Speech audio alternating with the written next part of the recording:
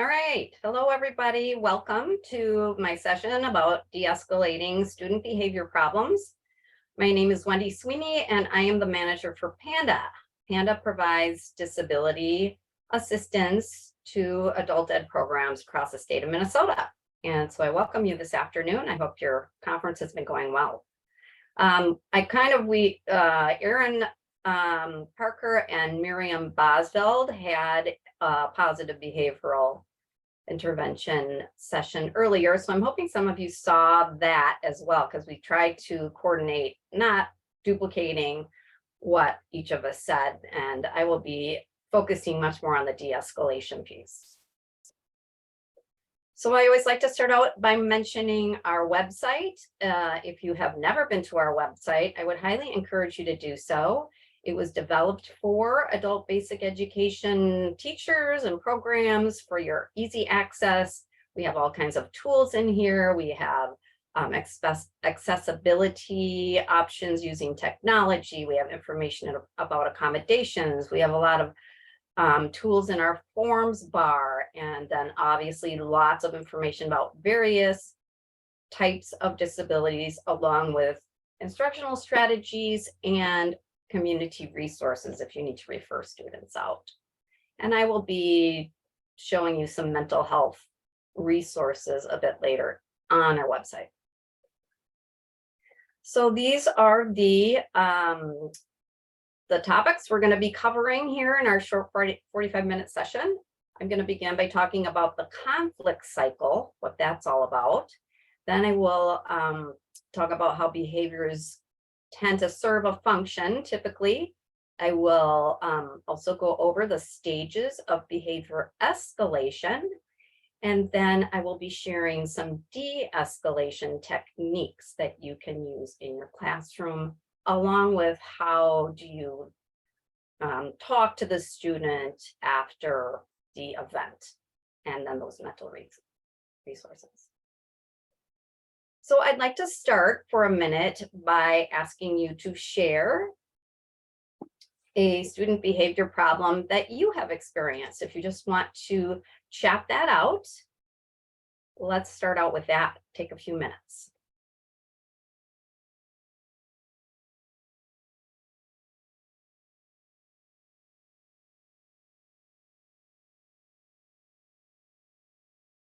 And Gail, I think you were going to read some of the chats that come through. Okay, yes, I will. Thank you.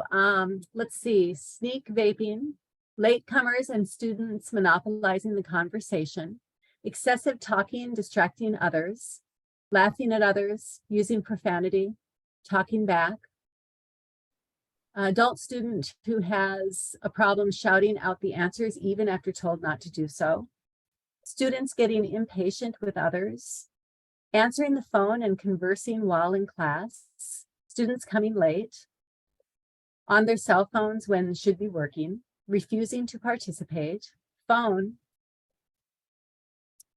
and that's about it right now. Okay, that's great. Thank you all for sharing that. I would like you to keep in mind the student that you just mentioned as we go through the remainder of the slides. So let's first start by talking about the conflict cycle. This is typically the cycle that happens.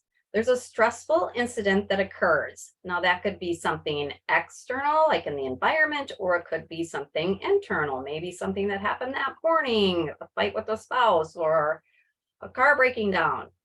And then there's a student reaction to the stress, and the student then will act out in a certain way.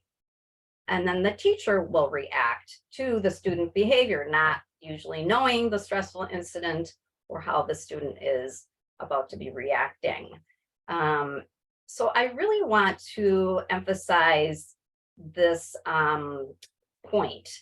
The negative approach to handling behaviors is the student is the problem, which I think is really easy to do as a teacher when you're, especially when you have a larger class and you're just noticing the bad behavior and the student is the problem. But I really want to help you try to focus using the positive approach that the student has a problem.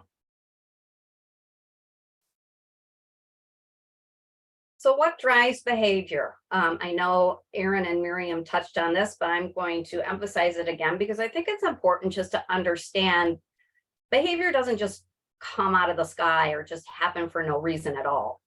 So there are 3 different areas. It's either to get something, such as attention, power, or approval, to avoid or escape something, such as whatever the situation might be, the teacher, maybe teacher's tone of voice, teacher expectation, or classwork. And lastly, to have some control. If they're feeling out of control, they have a real desire to have some control. And it does reduce chaos for them and lessens their anxiety and stress. I want to share a few behavior red flags. Some of these you're probably very well aware of, but just a refresher to kind of thinking about. Some of you mentioned some of these in the chat box, but I think it's always really important to notice, especially a change in behavior. That's a pretty big red flag. But if they're withdrawing and they used to be very chatty, that is a red flag. You want to be talking to the student or expressing your concern. Any procrastinating, not getting things done, being off task, taking frustrations out on others. Somebody mentioned that. That tells me something's going on underneath and they're lashing out at others. Startling easily, that can be a sign of post-traumatic stress disorder. Frequently distracted, just can't seem to focus on anything. Could be a lot of differing reasons. Could be ADHD, could be traumatic brain injury, could just be that they are juggling too much in their lives. Coming late or leaving early. There were a few of you that talked about the coming late, not as much about the leaving early, but coming in late. I had a question from a teacher saying, is it a cultural thing that I have certain students that tend to always arrive late? And it's disruptive and so forth. And I said, yeah, it could be cultural. It could, I mean, there are certain cultures that they don't necessarily pay close attention to what time it is, and they don't think it's a big deal if they come in a few minutes late.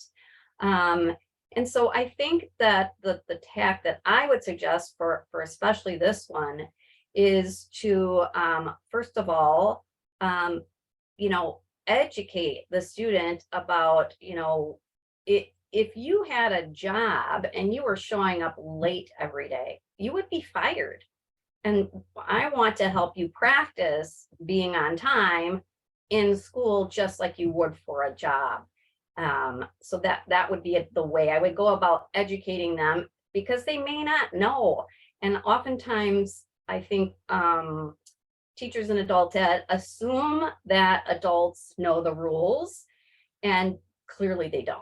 I mean, there's many instances I could share around that. So having those rules and expectations clearly made, I know it's towards the end of the year, but really think about doing that with students at the beginning of the year and posting it on the wall, and then you can be pointing to that if there are late students. And another suggestion for students that come late especially is if you can have a designated area where students have to go. So there's a bit of a consequence.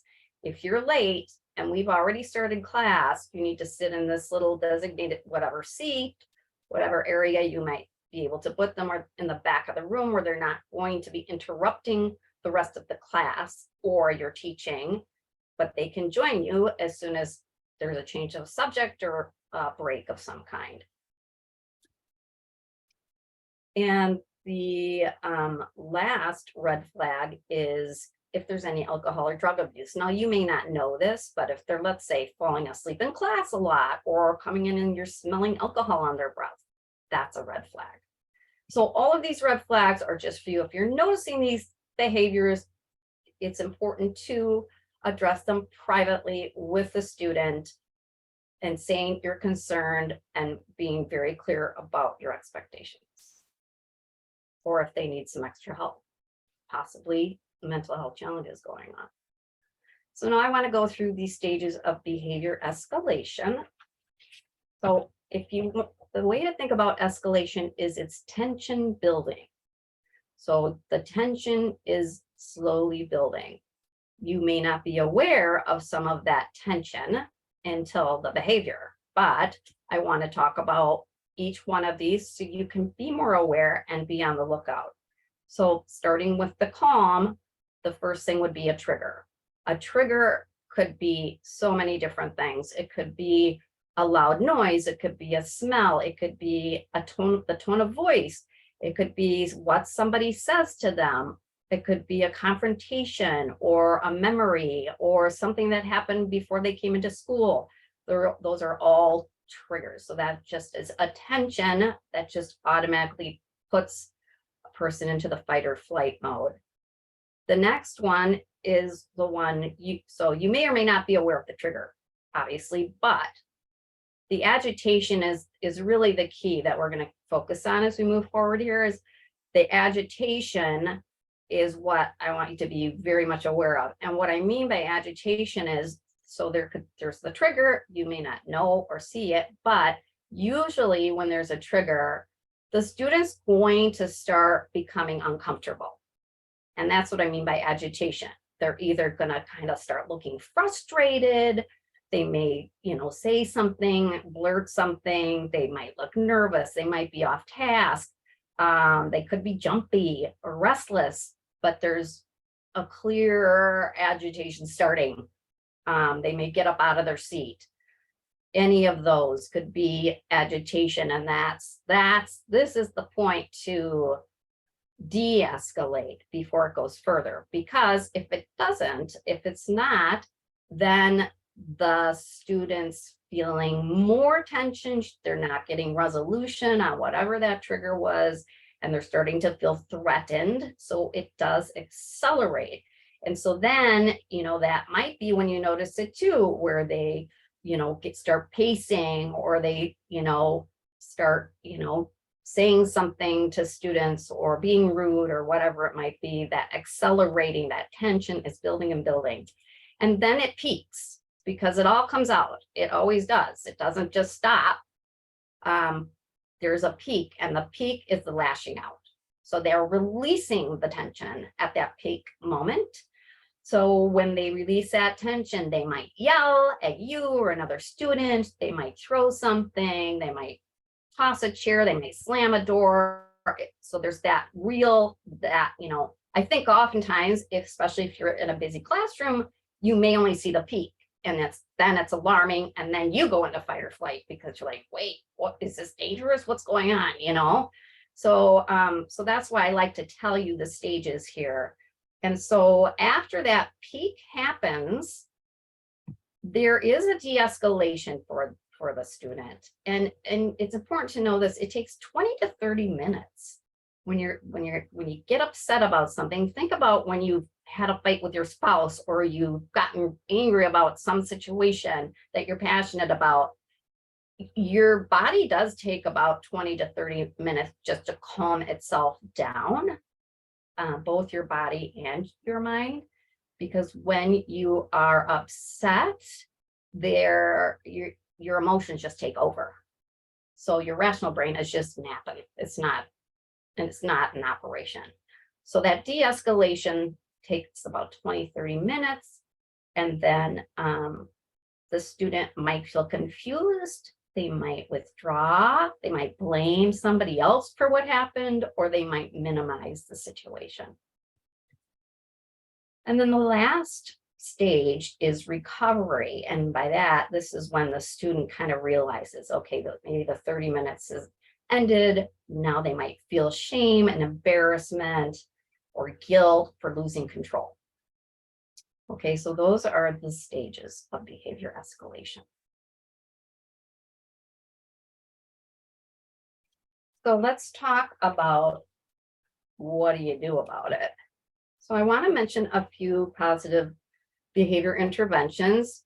The first is, like I mentioned, just paying attention to those escalating behaviors, and that can be tricky. just noticing, if you can start noticing the agitation. I'm going to be sharing some nonverbal ways to redirect behavior. But you always want to stay calm. You don't want to buy into their stress. And so then let's try to redirect. So let's go to that screen. So I think it's really important to emphasize that 65% of how we communicate with each other is nonverbal. Isn't that amazing? I just think that's so interesting. Tone of voice, how close you stand to somebody, if you touch somebody or not, the way you say things, they can be interpreted differently. So I want to share some methods that you can try. You may be aware of these, but I'm just going to point these out. This is what I would suggest when a student is agitating. If you can catch them before they're losing their cool, I think these methods can work well. So the first is planned ignoring. So, if the student isn't causing any threats or anything to anybody, maybe it can be ignored if it's, tapping a pencil in the class, for instance. So there's 3 questions you need to ask in order to think about, like, do I even want to give any attention to this or just ignore it? Are you able to teach? Are the other students able to learn? And is the student in question able to learn? If the answer is yes to all of these, it's picking your battles. Is it worth doing or saying anything at this point? So if it's a one-time situation, this would be a perfect thing to do. Another way that you can use a nonverbal method is what's called preventative cueing. And basically, that's just giving a cue to the student. And this would have to be decided in private between you as the teacher with the student on, hey, I'm noticing you're blurting out in class. And, this is, disruptive to the students. And, I want to help you with this. And tell me what would help you. Make them part of that solution. But something like pulling your ear. So if the student blurts out again, you pull your ear, or you go over and you touch the desk, or whatever cue you want to come up with, so you're not embarrassing them, but you're reminding them this needs, to stop and help them refocus. And then the last one I want to mention is just proximity control. So, let's say somebody answers their cell phone, and that's the rule in your house. You can, a preventative cueing, you could point to the rule on the board, but proximity control, you could continue teaching, but walking closer to the student and, letting them know, like, yeah, that's not appropriate, without saying any words at all.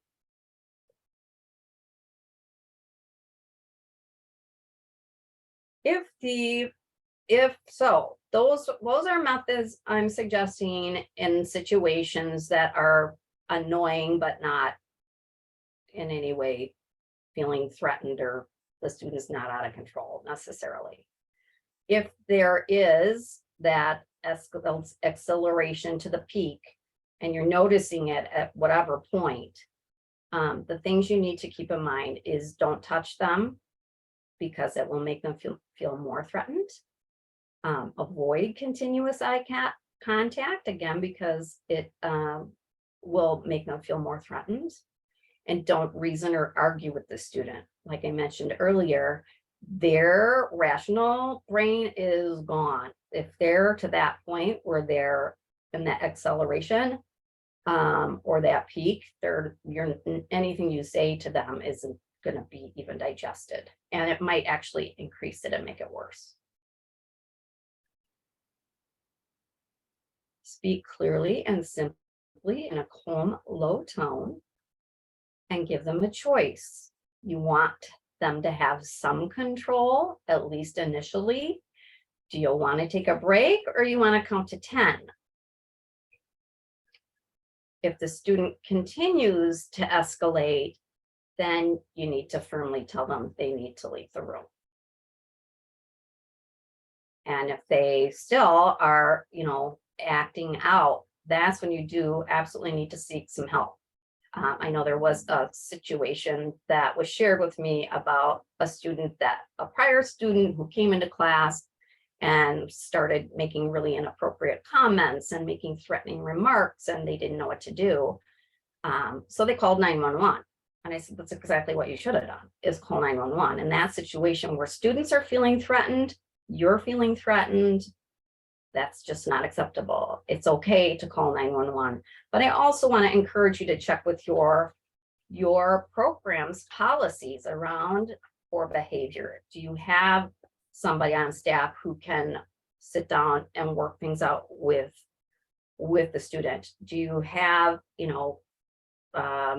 program policy rules or expectations that the students sign prior to enrolling in the class? Because that can always be something you can go back to if they do anything threatening or inappropriate. So those kinds of things I think are important to check on.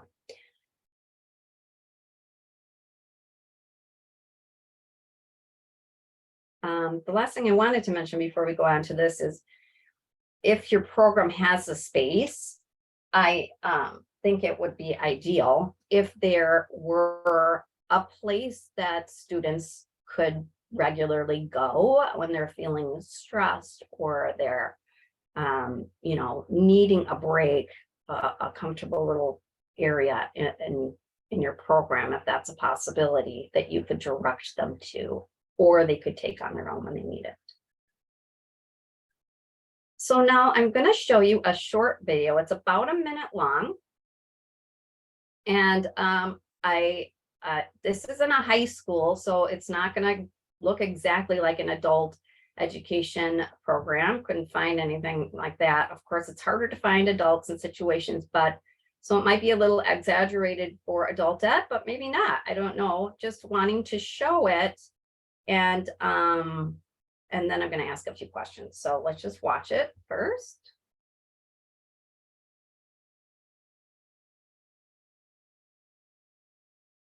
What if you could do SEO smarter and faster? With Wix, you can edit your meta tags page by page or all in. Caleb, cool it. Okay, everyone, I need you to get your papers out from yesterday. Those need to be on your desk. Caleb, if you do not have yours out, that will be a 0 for this assignment. Caleb, I am not going to play these games with you today. Pick up the paper or go to the office. Pick it up.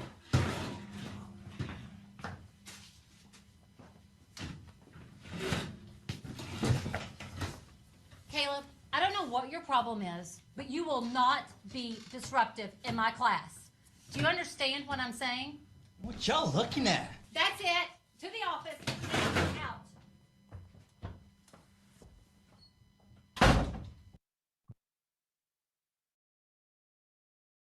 Okay, I hope you guys could all hear that and see it. For some reason, I couldn't put on a full screen when it was on, and I meant to put closed captioning as well. So hopefully you all got to see that.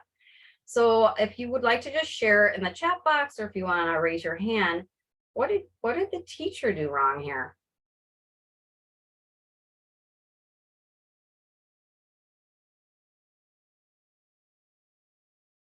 I said several things. Let's see. Somebody said engaged, tone of voice, too much confrontation. The teacher didn't acknowledge I've lost it. Hold on a second. Let's see.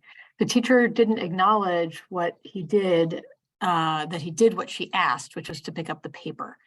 The teacher started getting on his case immediately. There was aggression. The teacher badgered the student.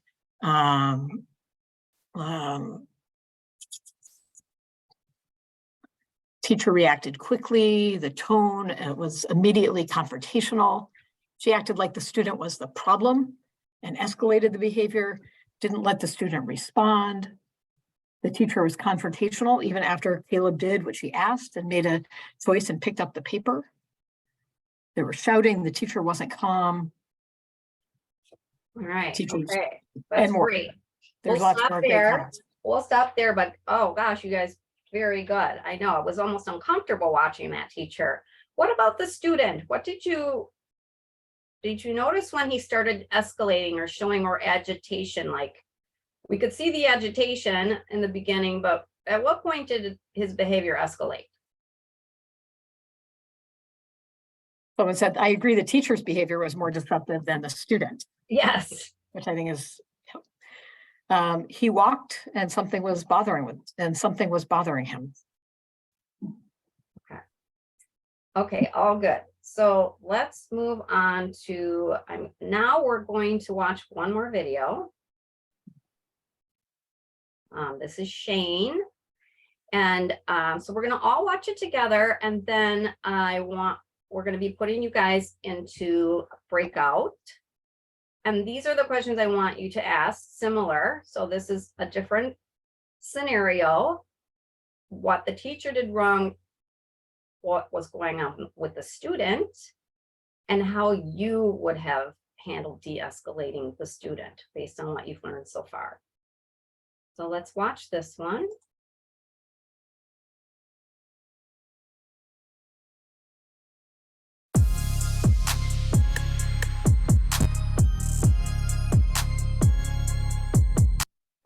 Okay, take out your math books, turn to page 47, please.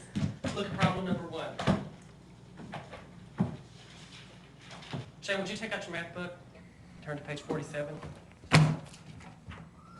Shane, would you work that problem for me? Who'd like to work it? Okay.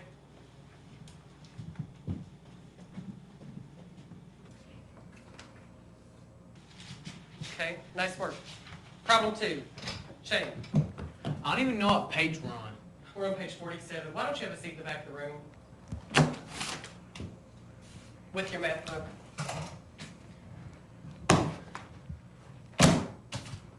Who'd like to work problem 2? Anybody? Okay.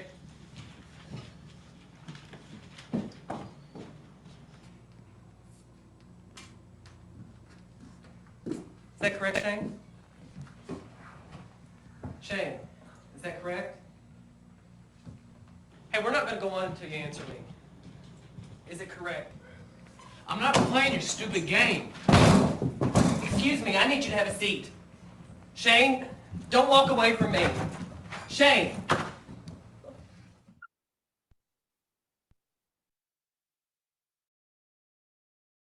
Okay, I apologize. For some reason, again, I couldn't put a full screen on that video, so you only saw like mainly Shane. So we could put this YouTube video into your breakout room if you want to try to watch it again. But I just want you to get together and talk about this situation. If you have time, you can talk about some of your own situations. I think it's always great when teachers get together and talk with each other about challenging behaviors. So Gail, I think you're going to put them in for, are we doing like 8 minutes? Yes, 7 minutes with a 1-minute countdown. So go ahead and stay in your room and you'll come back automatically. Okay, Go great. ahead and open those, Wendy. I'm Okay, sorry, what? all right. Yeah, we're ready.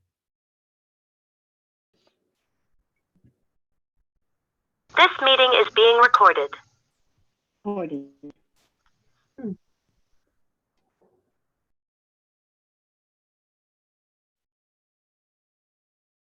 Welcome back, everybody. I hope you had some good discussion in your breakouts. So let's try this again, similar to what we did on the initial video, is what did the teacher do wrong in this situation? If you just want to share in the chat, that would be fabulous.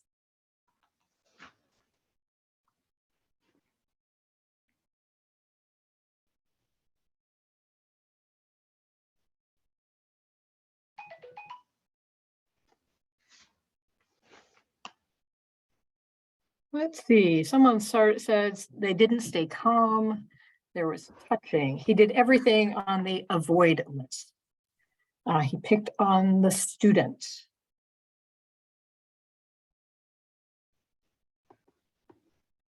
He could have ignored the student. The kid was clearly having a hard time, and the teacher kept picking on the student. The teacher was creating the escalation. Agreed. I think that that is so right on, that teacher. So it's really kind of a lesson in what not to do, but because you could see that student getting more and more and more tense. When did you notice the student escalating before the peak?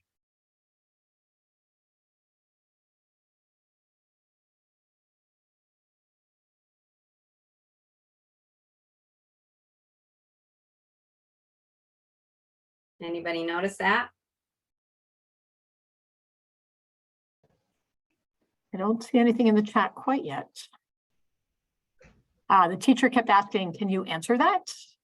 After the teacher asked him to move, that's when he started.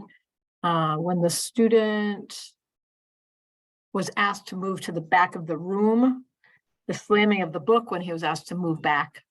Yes, I think that was exactly when he was already agitated, but once the teacher actually escalated that behavior by making him move and then get your book, I mean, he was just on him. So now I'd like you to chat out. How would you have gone about dealing with Shane and his agitation?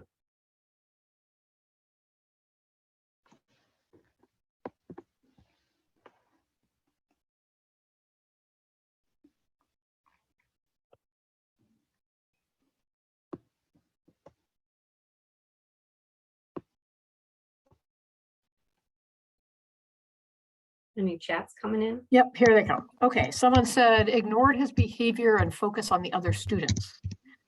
Someone said my team talked about the relationship, previous experiences that led up to these kinds of poor behaviors on the part of the teacher. We're all human, but we need to check ourselves as much as we ask our students to check themselves. In fact, we might have more responsibility to do so as the teachers and leaders. Someone said left him alone and maybe speak to him later. I would have ignored his behavior. I would have left him alone for a bit and let him get settled into class before calling on him. Maybe call on students willing to volunteer to model good behavior. Give him space. I may have allowed him to be alone. I would have had the class work and have a private conversation about what was bothering him. More ignored his behavior. Give one directive, then ignore. I would have tried to ignore. He wasn't causing problems until called out. Okay, that's great. And there's lots more. There's lots more. Okay, well, we'll move forward, but I appreciate all your feedback, and I agree with all that you had come up with. They could have easily ignored, that teacher could have easily ignored Shane's behavior. And it's so important you don't embarrass a student in front of other students. That will very much escalate behavior. So it's always best to be private, and we're going to be talking about that next.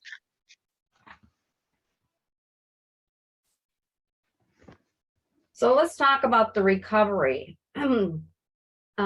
So an instance, let's just say we'll use Shane as the example. The way to have some resolution with Shane would be to schedule a time to meet with him privately when he is home. So it's not in front of students. It's not, you'd want to take some time after class or the next day. You may not be able to do it that day if they're still clearly upset. And then before you meet with the student, I think it's really important to analyze what happened here. If you do a little bit of work on what happened, I think the meeting will go much smoother. And so the ABCs I'm going to go over right now. If you haven't heard of that before, you may or may not have. First for A is antecedent.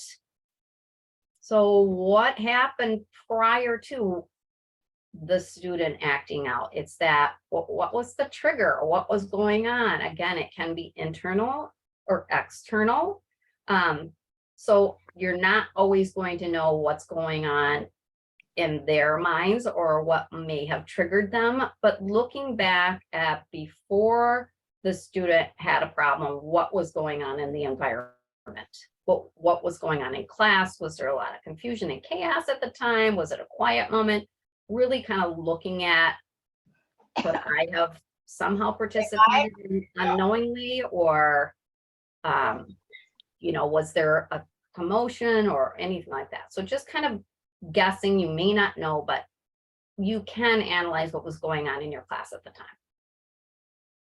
And then the behavior, like, what they do in response to what happened. So what actually happened? Was the behavior positive or was it negative? Sometimes behaviors can be positive in a certain way, and a lot of times they're negative. And then what is it you want to change? So really being clear of like, what's going to be the outcome of our meeting. I want to make it clear that we come up with a plan to change the behavior you don't want to be seeing anymore. And then the last is the consequences. What happened after the student behaved poorly? Like with Shane, the teacher grabbed his arm and he went out and he slammed the door. What happened? What was your reaction? What was the student's reaction? What occurred in the environment after the behavior? How did the other students react?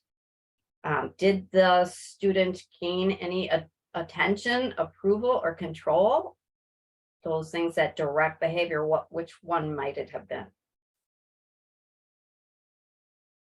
So we've talked about some nonverbal strategies. We've talked about some other de-escalation techniques. And now I want to talk about the resolution, like having that meeting with the students. So once you plan a meeting with the student, you want to plan for it in a few different ways. During that meeting, you want to provide a safe, trusting, and supportive environment. You don't know what might have been going on with the student unless you do know, but you probably will benefit from getting more information from the students. So you want them to feel comfortable and show some concern. Hey, I'm concerned about what happened in class the other day. Can you tell me what did you see happen, or tell me your point of view. So then you can get more information about, well, geez, I got in a car accident on the way to class. I was really on edge. Or I got in a fight with my spouse, or, the student next to me kept bugging me, or, whatever. You want to know their point of view. And then validate them. Oh man, that had to be really tough for you. I'm so sorry that happened. What can I do to help you? So, we can prevent this from happening next time, and have them be a part of the plan. Like, what is it I can do to help you stay in control, keep that behavior managed and under control. And then making a plan for those future tension triggers. What can I do to help get that student's input? And then let's come up with a plan so that I can give you a non-verbal cue to remind you need to take a break, or to remind you you are not to blurt out in class, whatever it might be. So having that plan, so it's just between you and the student, I think can be pretty powerful. And then you also want to remind them of things they can do to calm themselves down, using that as a time to educate them about, when you're having a trigger like that, if you start doing these things right away, it could help calm your mind and your body. Calming strategies such as deep breathing, something you can do without anybody knowing. I always recommend 6-2-4. There's all kinds of deep breathing different ways of deep breathing out there, but I do the 6-2-4, which you breathe in for a count of 6, hold for 2, out for 4, and you do it at least 5 times. So that really can help calm people down, or counting to 10 or taking that break. Any one of those are some calming strategies. And then, of course, if needed, if they're struggling with they may be struggling with something in their home, you can recommend United Way 211. They can help with all of those kinds of resources, or if they need any mental health resources. This would be a time to I just want you to have this, and would encourage you to seek them out.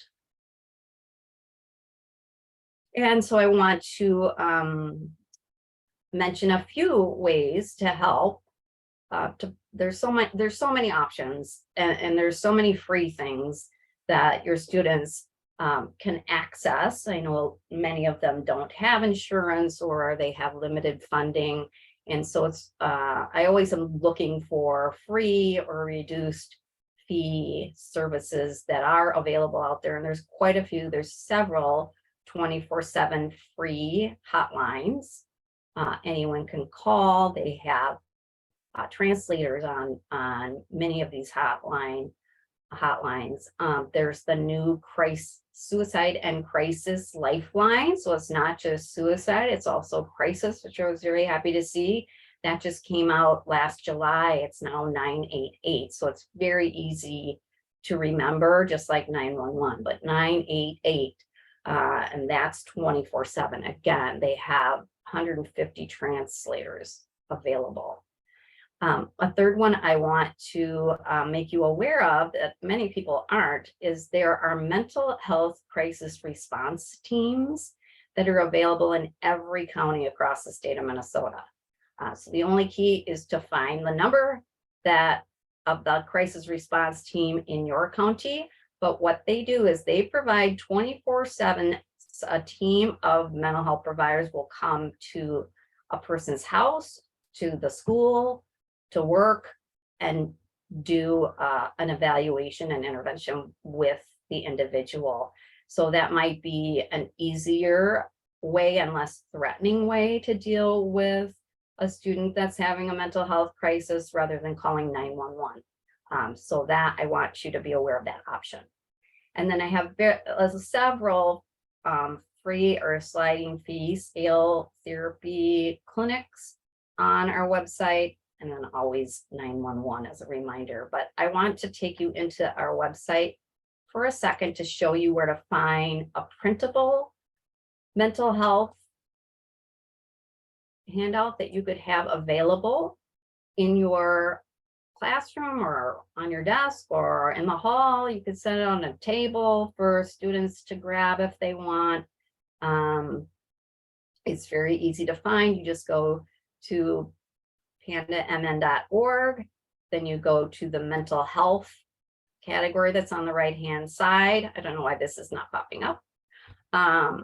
And then you go to resources. So going to PANDA, here we go. Okay. So I have it linked directly to the resource page, but just to remind you, you go down to the mental health here that lights up when you touch it, then you go to resources. So here I have the 24/7 crisis lines right at the top of the page, easy to access. Here's the mental health crisis response teams. And if you click on the click here, it brings up every number throughout Minnesota by county. So if you want to find that number for your county and have it handy, that's where you find it. All kinds of, domestic violence hotlines, Trevor Project, United Way, again, they can answer all kinds of questions for you, Veteran Line. So this is where I wanted to mention at the bottom of the 24/7 is if you click on this, click here for a printable list of mental health resources. It's a Word document that comes up and you can print. We also have a mental health tip sheet that we have been giving out to a lot of programs. We put this out at the Crystal Learning Center in Robbinsdale, where PANDA's office is housed. We put out a table, and this comes in several different languages about staying mentally well and healthy. And it just gives 10 easy tips, something you can have available in your program. And then the rest of these are low cost or sliding fee, most of them. And I have Metro and also Greater Minnesota. If you know of something and you don't see it in our website, please let me know and we will add it. Okay, so now this is your chance to ask some specific questions. I think we have a few minutes left here. How much time do we have, Gail? Well, actually, Wendy, we've gone over. So, yeah. yeah, and the affinity group starts at 3:15. So, if people want to stay, they can, but if they need to leave, I think that would be fine too. If you want to Okay, answer I'm so questions sorry. I for thought her. we had a few more minutes. And then I also want to let you know, I have a handout that I think Gail was going to put in the chat box. And it's also in the participant folder. Is that right, Gail? Yes, about de-escalation. yes, in the participant folder, they can find it. Mhm. Yeah, so basically, if you just want to print that up, it's pretty much sums up everything I talked about today.